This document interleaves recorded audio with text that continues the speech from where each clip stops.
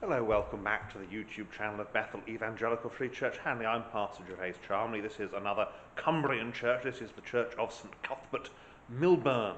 It's another one of those locations, as the name St Cuthbert suggests, where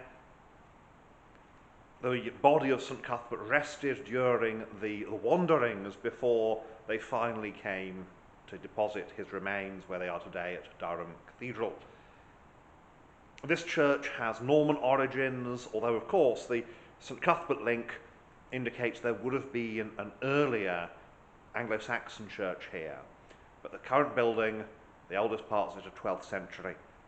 As we look around, we'll see some features. This has been largely Victorianised, and thankfully not too badly, but we do have lots of stained glass windows here, as opposed to Dufton and Merton up the road closer towards Appleby. That's what it's called, Appleby. So let's have a look around and point out the important features. As usual, we start at the west end. The Norman church would have been just this central section, I suspect just really the nave and the chancel. It hasn't been greatly enlarged. The roof line has been altered. We've now got a much shallower roof than originally. Originally it had a pointy roof, and they've raised the walls, perhaps, or even lowered the gables here, because we have here what looks like a 14th century arcade, maybe 13th century, but an arcade that indicates an aisle has been put on. They have, in fact, moved the original south doorway. It's a Celtic site originally. It's dedicated to St Cuthbert, who died in 687. 13th century, yes, you've got the north wall added. 14th century, the Knights Templar take over, or rather, Knights Templar properties are taken. The Knights Templar had held the building. They held Temple Sowerby, and what we have here basically is a Norman church with additions. We've got here at the west end, typical Victorian window, BV Mary and St Cuthbert. Well, the BV tells us, Blessed Virgin, tells us that this is a bit high church. I rather like this. This is Jesus the Good Shepherd, materials from the British Wool Marketing Board. You can tell that this is very much a sheep area. Here we have a 2002 window, modern window, the Nativity and the Resurrection. To the glory of God and in memory of Thomas William Armstrong, 11th Border Regiment, killed in action in France, 18th November 1916, age 21. Also Richard Braithwaite Elwood, 1st Coldstream Guards, killed in action in France, 26th of May 1918, age 25. Harry Fenton, Manchester Regiment, died at Kinmel Camp, 18th October 1918, aged 18 years. Greater love hath no man than this, that a man lay down his life, his friends. So this is the War Memorial. We have here the Second World War Memorial. Sergeant Harold James Sowerby, number 3 Company, 3rd Battalion, Coldstream Guards, killed at the Mareth Line, 17th of March, 1943, age 27. Victorian pulpit, kind of nice one though. It's wooden. Wood is the right material for a pulpit. You can see some of the old pews, old box pews, have survived as panelling on the walls.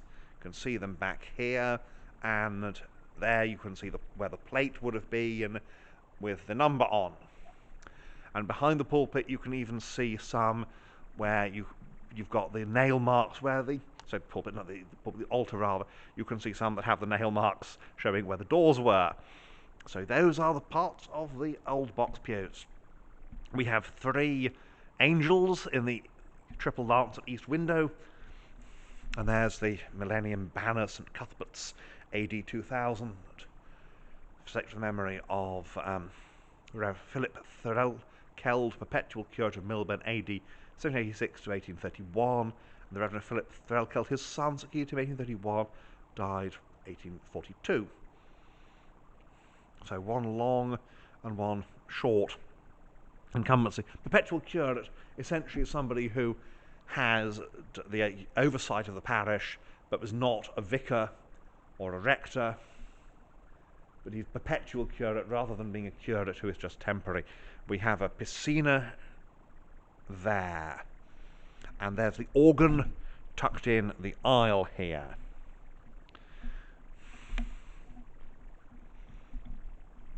Another modern, we've got a lot of modern windows here. 1944 here.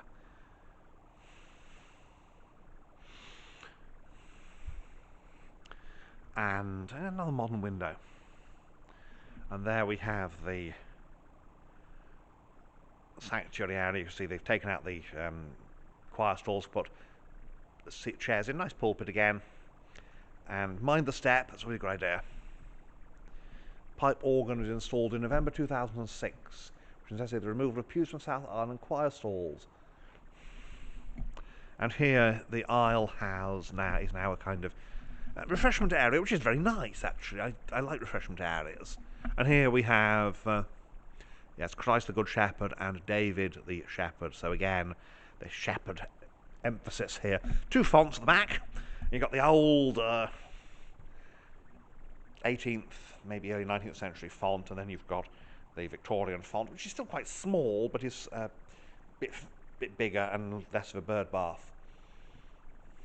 So that's the interior here at St Cuthbert's, Milburn.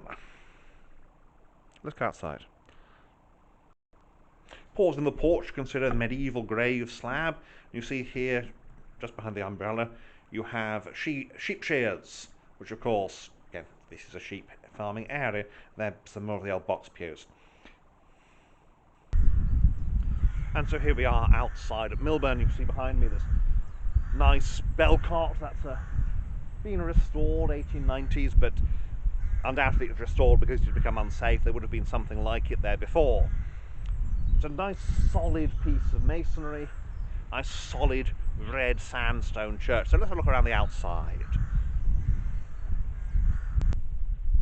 Milburn, of course, burn is a stream, so Milburn means mill stream, a stream where mills are supplied, stream with mills on it. So there would have been mills, flour mills I expect down here, a flour mill down here in the valley. So West End, very straightforward. You can see evidence there may have been a porch there at some point, and certainly that was a west door at one point, as you can see where there's a cut in the masonry under that window, and it's been turned into a window, or maybe back into a window. North side, actually here you can see the Norman building was just the nave, not the chancel. Chancel is a later addition. Very solid masonry, and actually that's a false ceiling inside, but still it would have had a pointier roof. In fact, you can see those great big stone slabs there. And then here there's a blocked priest's door on the north side. Square-headed windows, that's an indication of a later additions. No windows here on the north side for the chancel. You can see that very much the cut there. So around the chancel, and you've got your triple lancet. It's not a very old triple lancet, but probably does represent what would have been here in the 13th century. And around the south side, we have the rather nice aisle. Aisles are important. They're really there for extra seating. And you see there's no clear street, just a lean-to aisle sloping downwards. And there, on the south side, we have moved, of course, when the church was extended, the original Norman doorway, 12th century doorway. And so that is St Cuthbert's, Milburn. So St Cuthbert's, Milburn, another one of St Cuthbert's churches here in Cumbria. You may be able to hear the sound of the Milburn bubbling away in the background. It's a nice peaceful setting. It's right on the edge of the village. The village is actually back behind me. There's a little lane that goes down to the church. So it's a very peaceful setting, very rural of course, and just a lovely place to be on a beautiful morning here. Beautiful morning. It's not a bit unsettled, but it's a beautiful spring morning really, and actually it does actually get brighter than this in Cumbria. Well, thank you for watching, and may God bless you and keep